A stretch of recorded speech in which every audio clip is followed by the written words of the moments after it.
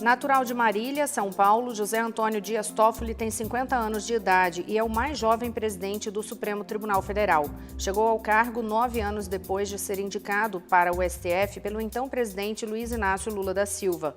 Toffoli é formado em Direito pela USP e, antes de ser ministro da Suprema Corte, foi professor, consultor jurídico da CUT, advogado de campanhas do PT, assessor na liderança do Partido dos Trabalhadores na Câmara dos Deputados e advogado-geral da União. Com a viagem do presidente Michel Temer para a Assembleia Geral da ONU, Toffoli assumiu a presidência da República de 23 a 25 de setembro. Ele recebeu a equipe do Conversa com Rosiane Kennedy no Palácio do Planalto para falar sobre os 30 anos da Constituição brasileira e os desafios que o país enfrenta no momento. Presidente, muito obrigada por nos receber no meio de uma agenda que está bem corrida mesmo aqui no Palácio do Planalto. 2 dias bastante intensos aí, com muitos projetos para sancionar, muitas atividades e a responsabilidade de estar à frente de um país que é tão enorme, né? 210 milhões de habitantes. Realmente é uma emoção e uma responsabilidade muito grande. Isso que eu queria saber, inclusive, qual é essa emoção, tanto de sentar na cadeira ali de presidente do Supremo Tribunal Federal, como sentar aqui na cadeira de presidente da República? É exatamente isso, ter a dimensão do que é estarmos à frente da 4ª maior democracia do mundo. Essa realidade que é a nação brasileira, que são vários países dentro de um único país. Um povo tão diversificado, uma cultura tão rica e que nós temos que estar pensando realmente cada vez mais que esse país possa melhorar, possa progredir e possa tornar o seu destino certo, que é realmente uma grande nação. E uma democracia que foi garantida com a Constituição de 1988, que a gente conversa sobre ela agora, inclusive, Constituição que faz 30 anos no próximo dia 5. O doutor Ulisses, ele falava que um traidor da Constituição é um traidor da pátria. Nossa pátria e nossa Constituição já foram muito traídas, ministro? Olha, o Brasil passou por várias constituições, por vários momentos históricos de rupturas, mas tudo isso sempre pensando na institucionalidade. Eu penso que a Constituição de 1988 trouxe para a nação brasileira uma institucionalidade muito forte. Hoje, cada vez mais, as pessoas percebem que as instituições, elas ficam, as pessoas passam. É muito mais importante ter as instituições fortes e apostar nas instituições do que nas pessoas.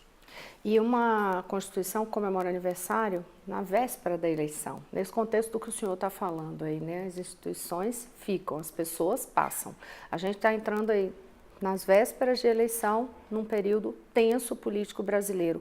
O senhor vê algum risco de rompimento constitucional ou ameaça à democracia? De maneira nenhuma. A democracia é um jogo difícil de ser jogado, porque é um jogo em que 70% da população, ela opina, ela vota, ela torna os seus ideais e os seus desejos realidade no momento que vai à urna. E isso é a democracia. E a democracia é plural.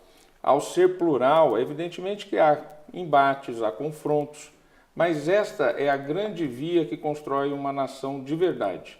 É a nação democraticamente realizada através das diferenças. O outro caminho não é o melhor caminho. O melhor caminho realmente é a democracia, é o voto popular e respeitar aquele que for o ungido pelas urnas. Esse ano teve uma celeuma muito grande, de novo, em muitos momentos de eleição já se questionou a questão da segurança das urnas. O senhor já falou disso, inclusive, o senhor foi presidente do TSE Sim. E na época já falava sobre isso.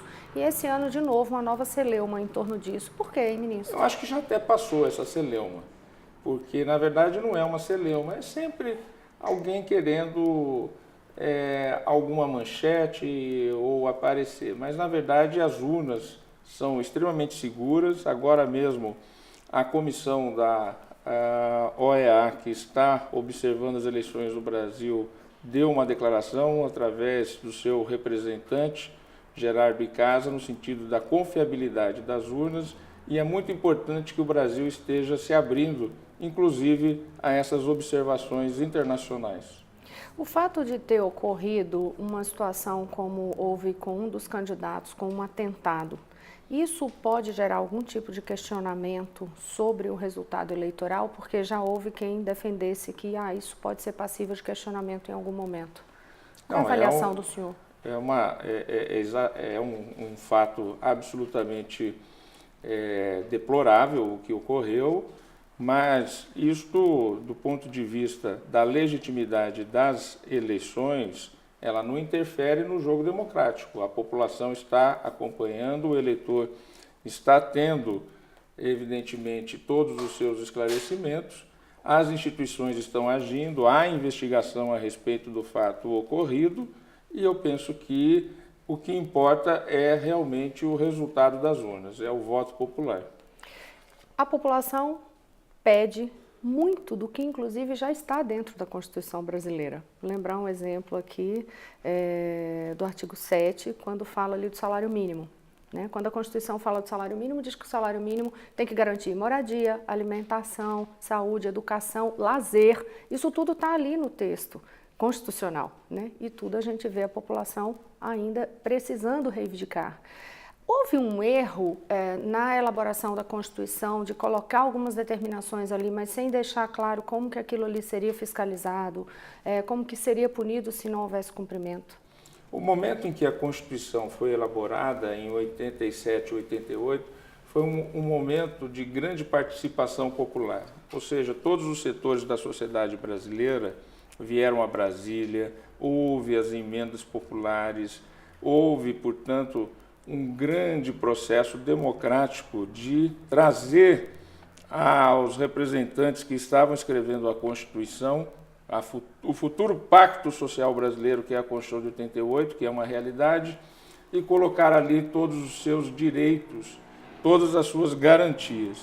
E, nesse sentido, a Constituição de 1988 ela foi bastante democrática. Ela realmente atendeu a esses desejos dos vários segmentos da sociedade brasileira. E esse pacto manteve essa nação enorme, unida, e 30 anos que nós estamos vivendo o processo democrático. Passamos por impeachment, passamos por processos de crises políticas, mas a Constituição se mostrou acima de todas estas dificuldades que são próprias de uma democracia. Alguns parlamentares que foram da Constituinte até dizem que assim, essa Constituição ajudou a superação de crises. O senhor concorda? Concordo. Por quê? Porque essa Constituição ela não é uma Constituição que separa, ela não é uma Constituição que segmenta, ela é uma Constituição que une a sociedade nas suas diferenças, na sua pluralidade. Por isso, ao atender a todos os segmentos da sociedade, ela é uma Constituição difícil de se aplicar, porque muitas vezes você não tem os recursos materiais necessários para garantir tudo o que está escrito nela. Mas ela deixa uma luz, uma chama e um farol que nos ilumina e nos guia. O doutor Ulisses também falava, né, que aquele era o documento, na hora da promulgação da Constituição, ele fala que aquele era o documento da democracia, da dignidade, da justiça social. Mas muito disso ainda ficou no sonho, né, ministro? Olha, se nós olharmos 30 anos atrás, o que era o Brasil há 30 anos e o Brasil de hoje, nós caminhamos muito. Nós melhoramos muito na participação democrática, nós melhoramos muito no fim, por exemplo, da miséria, a igualdade social melhorou muito, há muita desigualdade, tanto social quanto regional, que precisam ser aprimoradas. Mas nós avançamos muito nesses 30 anos, nós não podemos dizer que a Constituição falhou. O senhor disse que vai estabelecer um diálogo com os poderes executivo e legislativo. Qual é a importância disso no seu entendimento, presidente? Olha, é cumprir a Constituição. A própria Constituição diz que os poderes têm que ser harmônicos. Na verdade, o poder é um só. As funções é que são repartidas. Então você tem o poder legislativo que cuida do futuro, ou seja, faz as leis e prevê o que a sociedade quer para o futuro, prevê o orçamento, os meios para realizar as políticas públicas e os projetos, o executivo para executá-lo e o judiciário para corrigir aquilo que ocorre de desrespeito ou de equívoco na aplicação das leis. Ou seja, o legislativo olha para o futuro, o executivo cuida do presente, e o judiciário julga se o passado foi correto ou não foi correto. Nesse caso, o senhor vai estabelecer esses diálogos antes mesmo de pautar temas polêmicos, como a questão da descriminalização do uso da maconha, a descriminalização do aborto até a 12ª semana. O senhor pretende conversar isso com os representantes no Legislativo? Esses são grandes temas que a sociedade acompanha como um todo e que é necessário que tenha, assim, um diálogo com o Congresso Nacional e com o Legislativo. São temas que, a princípio, são temas que devem ser decididos pelos representantes do povo.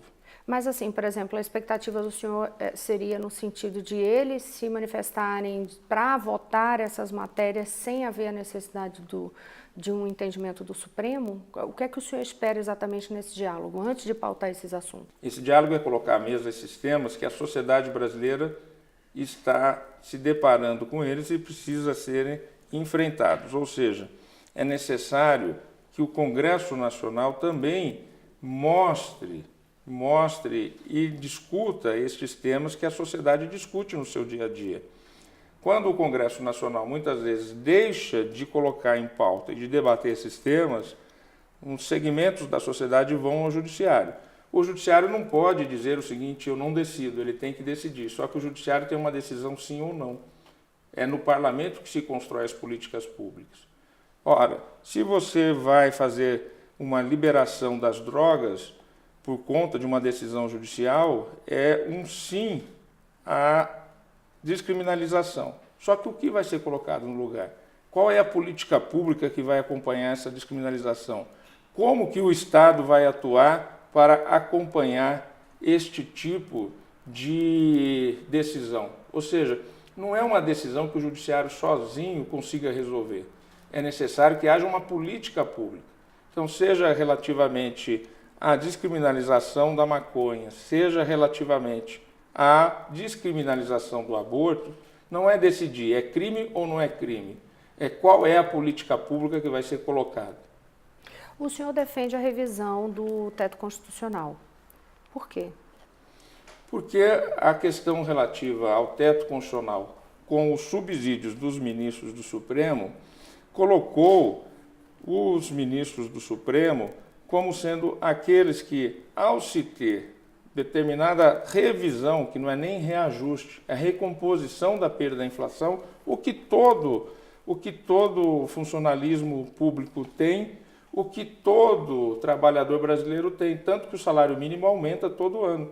Ou seja, quando você tem uma revisão, você tem a recomposição das perdas da inflação. No momento em que o teto passa a ser a remuneração dos ministros do Supremo Tribunal Federal, ao aumentar esse teto, o que se diz? Se diz que há um efeito cascata. Na verdade, nós somos 11, somente 11. E a recomposição das perdas da inflação relativamente a 11 não gera todo esse valor que se diz que gera de impacto no orçamento ou de impacto na sociedade do ponto de vista de custos econômicos. Só que aí vem a bola de neve ali passando para os demais. Por isso que é importante, então, que o Supremo Tribunal Federal deixe de ser este vinculante. Exatamente, esse teto vinculante de todo o funcionalismo público brasileiro, tanto das esferas federal como estadual, distrital e municipal. Só que hoje, ministro, mesmo tendo esse teto, a gente esbarra ali com os penduricalhos, por exemplo, abonos ou benefícios como auxílio moradia, por exemplo. Nós não recebemos auxílio moradia, nenhum ministro do Supremo recebe auxílio moradia, é bom que se diga isso. Nós não temos esses chamados abonos ou esses benefícios. Nós realmente estamos submetidos ao teto. A grande questão é o seguinte, que os ministros do Supremo passaram a ser a referência de teto, mas esse teto na prática virou piso, ou seja, nós estamos no piso e outros estão ultrapassando o teto e nós precisamos corrigir isso. Qual seria o melhor caminho? O caminho é o diálogo com o Congresso Nacional, com a Câmara dos Deputados, com os senadores, com a Presidência da República e nós repactuarmos esses limites. O senhor falou agora há pouco aí da Suprema Corte, são 11 ministros, de fato são 11. Mas agora, inclusive em período de campanha, tem várias propostas e muito se fala sobre mudar a forma de indicação dos ministros, mudar o tamanho, aumentar o número de ministros e até se estabelecer mandato. Qual é a opinião do senhor a respeito dessas propostas? Olha, eu fico muito feliz que a democracia passe a debater o Poder Judiciário. O Poder Judiciário brasileiro, por muito tempo, ele foi um poder muito hermético, um poder fechado, um poder que não se abria para a sociedade. A partir da Constituição de 1988, a partir da TV Justiça, da Rádio Justiça, o Judiciário se abriu de maneira transparente para toda a sociedade. E a sociedade discutir o papel de uma Suprema Corte mostra que o nosso nível de debate democrático, o nosso nível de debate cultural, o nosso nível de debate civilizatório está aumentando. Ou seja, a discussão a respeito de uma Suprema Corte numa campanha eleitoral eu vejo de maneira positiva. Eu não vejo de maneira crítica, não. Mas o senhor acha que deve mesmo aumentar o número de ministros, o tamanho que está bom, estabelecer mandato em relação às propostas em si? Essas questões, quem deve debater é a democracia, é o povo brasileiro. Ou seja, os nossos poderes estão funcionando adequadamente, estão funcionando de maneira correta ou não, isso é a democracia que vai responder. Em relação à sua posse mesmo lá no Supremo, eu separei uma frase. O senhor escolheu o ministro Luiz Roberto Barroso para fazer o discurso. Eu separei um trechinho aqui que ele diz assim: a última causa que nos resta é empurrar a corrupção para a margem da história. A sociedade já mudou e deixou de aceitar o inaceitável. O judiciário vai mudando aos poucos e a política também vai mudar. O senhor endossa? Olha, é sempre bom lembrar que quem aprovou todas as leis que deram os instrumentos jurídicos para o combate à corrupção foi o Congresso Nacional, foi a democracia, foram os políticos brasileiros. Então, se há um início desse combate, esse início se está exatamente dentro do Congresso Nacional que representa a sociedade brasileira. E eu sempre valorizo esse poder político, que na verdade a democracia é baseada na representação do voto popular que escolhe os seus representantes. E este é o grande momento, e que Deus ilumine a todos nós nesse momento do nosso voto. O senhor também disse, um determinado dia, eu vi numa entrevista sua, que quando a pessoa vai para o Supremo Tribunal Federal, ela muda algumas ideias, ela não permanece ali com as mesmas ideias que ela entrou. A minha pergunta é por quê? E já complementando, e quando senta na cadeira de presidente do Supremo, também tem essa mudança de comportamento? Também tem essa mudança, tanto quanto você vai ser ministro, quanto depois vai para a presidência, você tem diferenças. Primeiro, quando você vai ser ministro, você vira um juiz da Corte Constitucional de uma nação tão grande, tão linda, tão maravilhosa como é a nação brasileira. E aí você passa a decidir a respeito do destino do povo brasileiro, da sua Constituição, dos seus ideais, das suas realidades, das consequências que as suas decisões têm.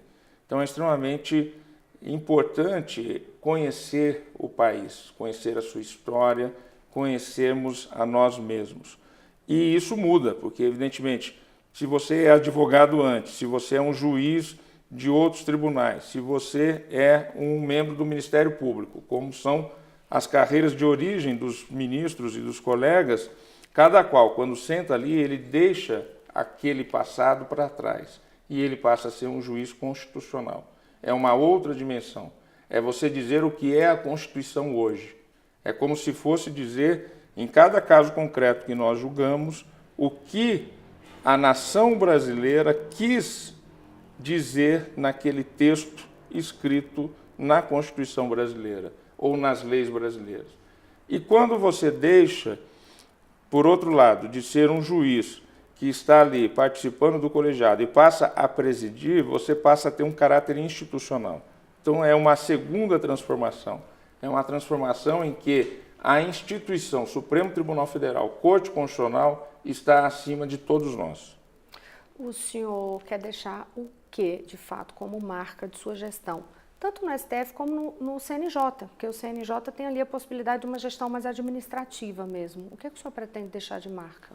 Olha, a marca que eu quero deixar é aquilo que eu disse no meu discurso de posse e costumo dizer aos colegas magistrados. Uma magistratura do século XXI, um poder judiciário do século XXI, ele vai se legitimar nas suas ações. E nessas ações você tem que pensar em eficiência, Ou seja, nós temos que ser efetivos, resolver os problemas com rapidez, nós temos que ter transparência e nós temos que nos aceitar que a sociedade cobre de nós as nossas responsabilidades. Então, é eficiência, transparência e responsabilidade. Se trabalharmos nesse sentido, cada vez mais a sociedade vai ter no Poder Judiciário um respeito e uma perspectiva de que nós temos instituições que funcionam, que nós temos leis e, o mais importante de tudo, que nós temos segurança jurídica e previsibilidade. Presidente, muito obrigada. Eu que agradeço. Muito obrigado. Até mais.